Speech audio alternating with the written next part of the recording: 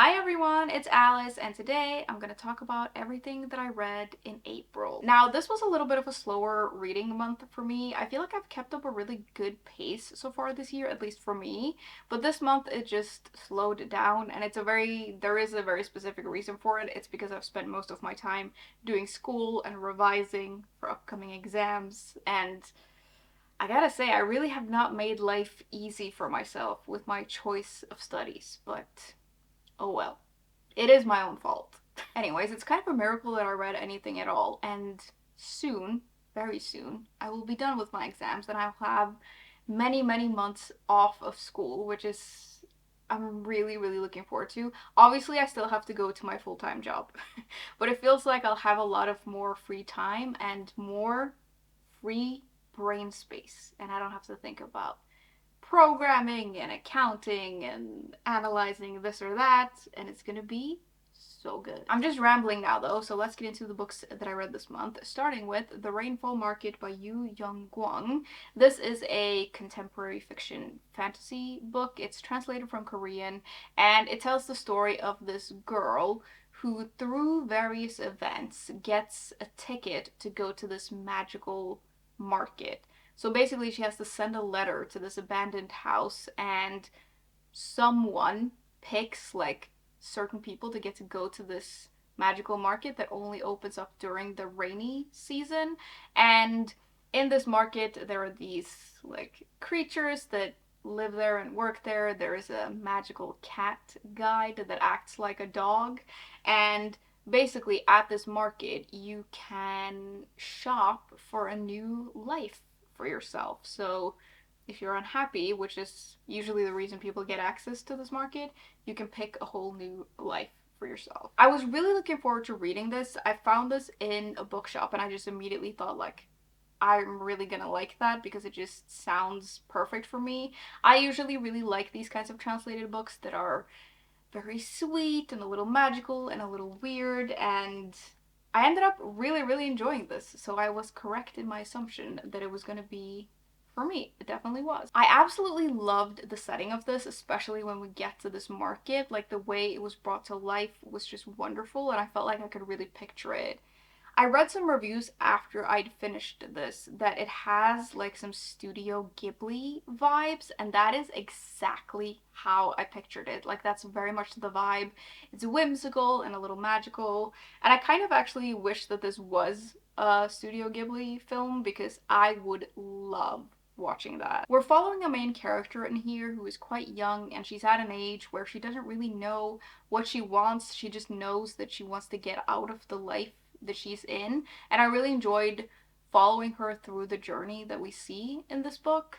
I also love that she's joined by this cat companion who she constantly needs to feed because the cat is very food driven and cares mostly about food, and I just loved reading about that. It made me really happy. There is also like a little bit more action towards the end than I was expecting, and I kind of liked that. Like, the pace really picked up towards the end because we do actually have another layer to the story than just this girl going to the market to find a new life for herself.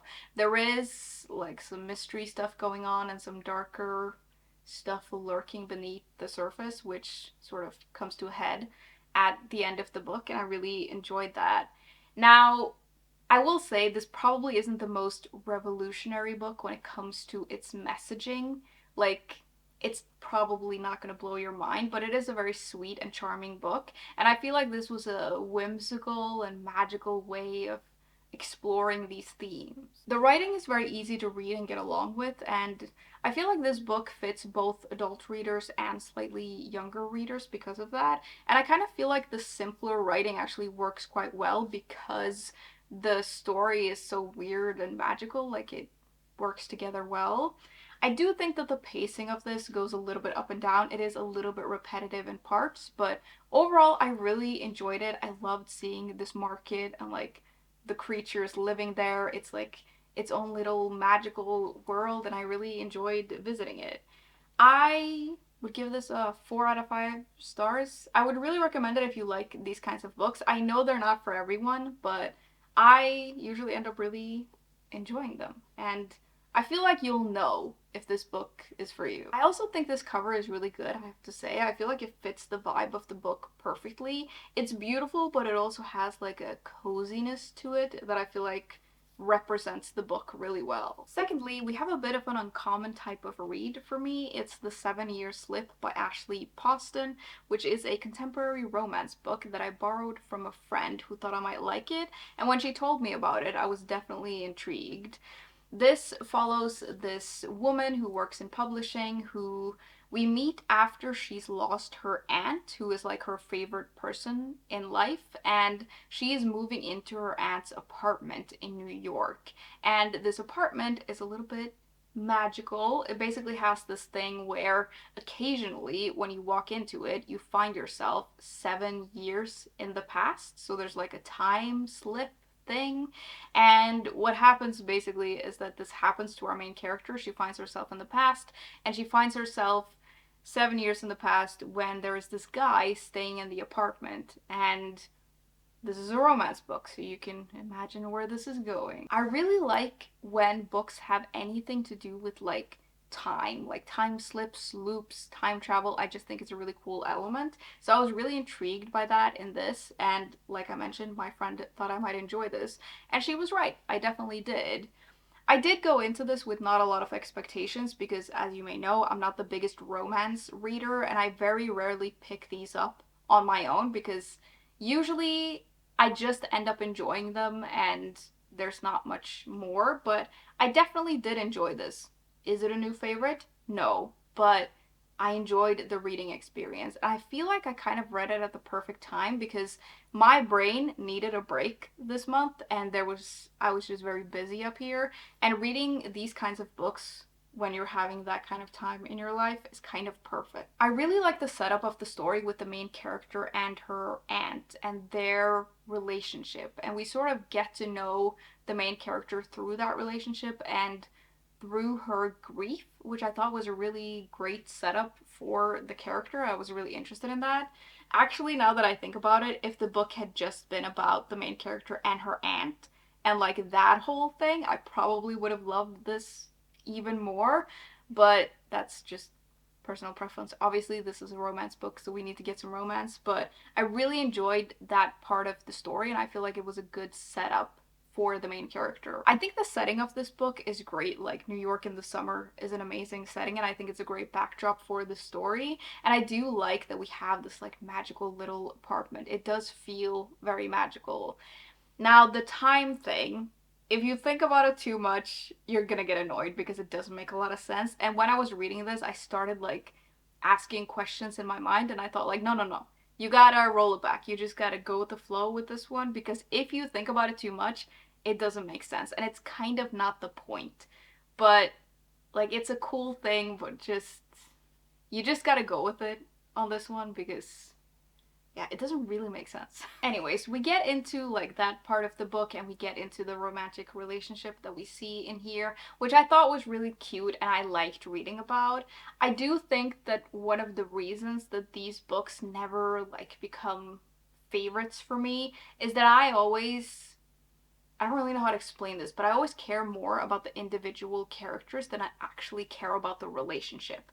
And in romance books, obviously the relationship is the thing that you're kind of supposed to care about, and it's a big part of the book. But what I really care about is just like the characters, I guess. And I did like the characters in this, and I liked reading about them, the main character and like the romantic interest. I thought it was interesting. I also really like that food is a part of this book. Like it's not a huge part of it, but it is a significant part of it. And I always enjoy reading about food. There are a few other things that I also felt like didn't make that much sense, like with the time thing. Like there are a few moments where I thought it was strange that the main character didn't put certain things together, and I understand that it's because it adds tension to the story, but it didn't make sense to me that the character didn't just like figure certain things out or put things together. So I did roll my eyes a little bit at certain points, but for the most part, this was a very easy read. It's very easy to get into, and the romantic relationship is very cute, and it really did not require a lot of brain power, which is kind of nice sometimes. I'm not exactly the person to go to for contemporary romance recommendations, but I think I would recommend this one. It was very enjoyable, and I do think that the time element adds like an extra thing to this that's a little bit magical, that is kind of cool. And yeah, for me, this is a 3 out of 5 star read. I read it, I enjoyed it. Had I loved it more if it had been about the main character and the aunt? Probably, because that's more up my alley generally, but yeah, I liked it, and I have thought about it a few times since I finished it, and it's a book that I feel like I would recommend for like people who like romance. So I'm really glad that I read it. After that, I picked up Emily Wilde's Compendium of Lost Tales by Heather Fawcett. This is a historical fiction fantasy book with a little bit of romance to it, and it's the third book in the Emily Wilde series where we follow a Cambridge scholar whose field of study is fae and fairies, and these books are basically about her going on different kinds of adventures, sometimes academic, sometimes not, and she's usually joined by her rival slash friend who's kind of annoying, but he's also a lot of fun. This is the third book, and I don't really want to give anything away as to what happens in the previous books, but in this one, they're basically going on more adventures, and it really follows like what happens in the previous books, and there's a lot of magic and fairies and some dark stuff. Now, there is a romance element to this series, and this kind of romance is probably more my speed. Like, I'm actually quite invested in the relationship in this one. And I think the reason that it works for me is that the romance is just like a smaller kind of element to all of this other stuff that's going on. There's a lot of other stuff going on. And that mix probably works a little bit better for me than just straight on romance. Anyways, to no surprise to anyone, I really enjoyed this one. I love this series so much. It's like the perfect blend of cozy, magical, and dark for me. I love the characters in these books. Whenever I read another one of these, I just feel kind of comforted. It feels familiar and kind of like I'm visiting old friends. I feel like I know them quite well at this point, and I really enjoy seeing what they get up to. And in this one, they get up to a lot because it follows the events of the second book, and we have a lot to sort out. One of the things that I love so much about the series is like the fae and the fairy part of it and that whole world. Like the way that it's created just really appeals to me. And I think the reason for it is that it is magical and whimsical, yes, but it's also quite dark and dangerous in parts, and it's a little bit difficult for humans to understand. And I really like the way that this is shown to us in these books. And I love seeing like the fairy realms and all of that.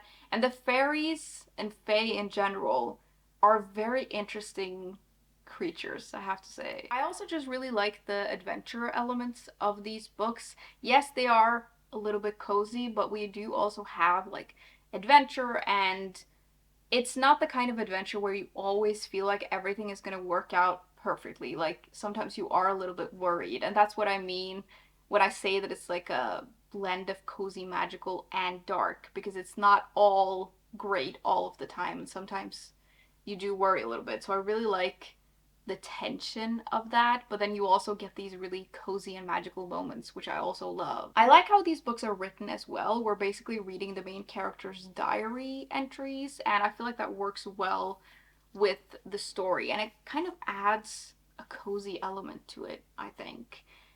I believe this is the final book in this series, or a trilogy, I guess, which I am a little bit sad about because I would love to read more of them, but I also really respect when series end and it doesn't drag out. And I feel like this was a good ending to this, if this is the end. I'm gonna give this a solid 4 out of 5 stars. Like the first book will always be my favorite, I think, but all of them are really good, and I just feel like they're the perfect blend of magic and fae academia and coziness. And the good thing now is I can technically reread all of them together, which I think would be amazing. Lastly, I read briefly A Delicious Life by Nell Stevens.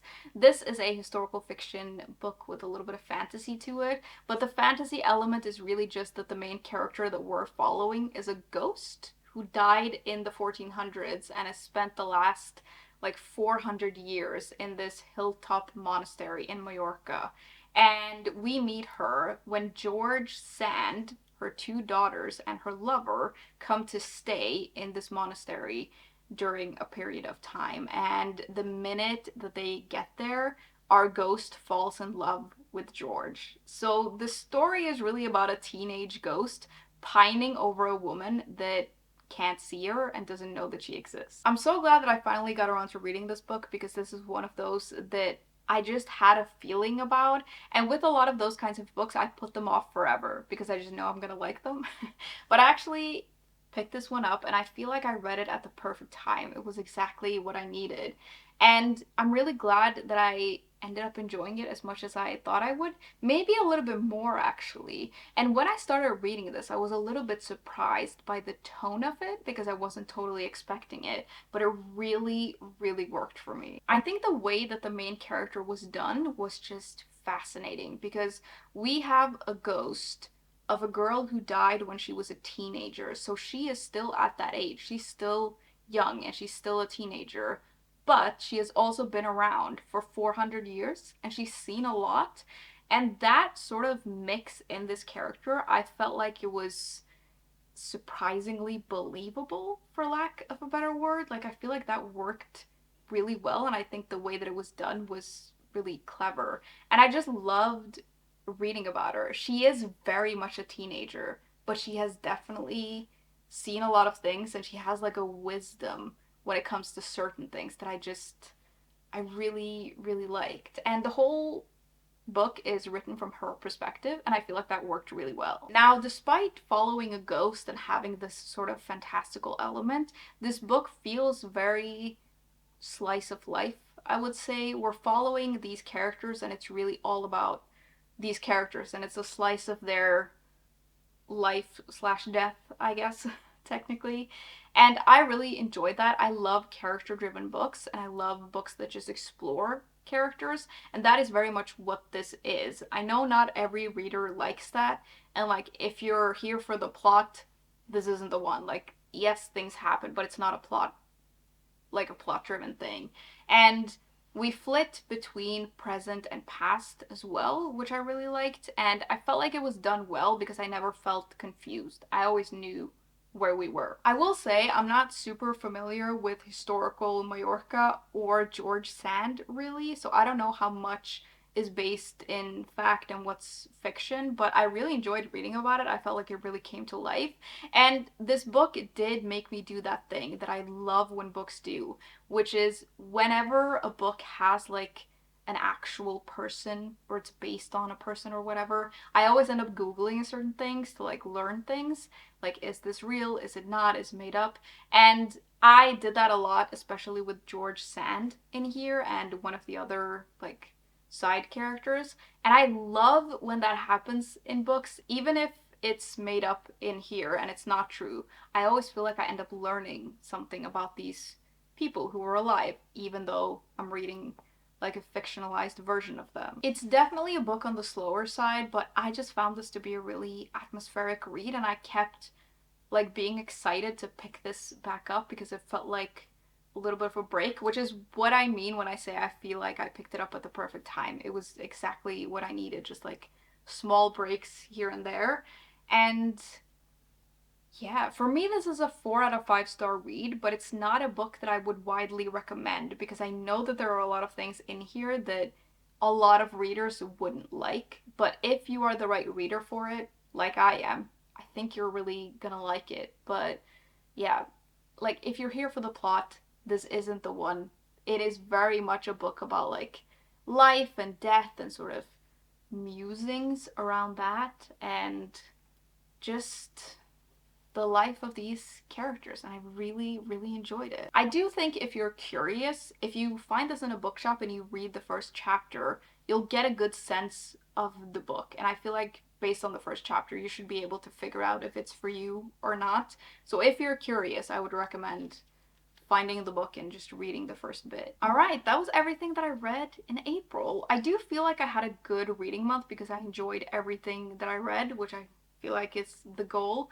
And yeah, I am really looking forward to having more time to read though, I gotta say, because I have so many books that I want to read and I'm looking forward to having some more free time to do that. But yeah, that was kind of it for today. I would love to know what you all have been reading lately or what you're currently reading. And as always, thank you very much for hanging out with me today, and I will see you soon. Bye!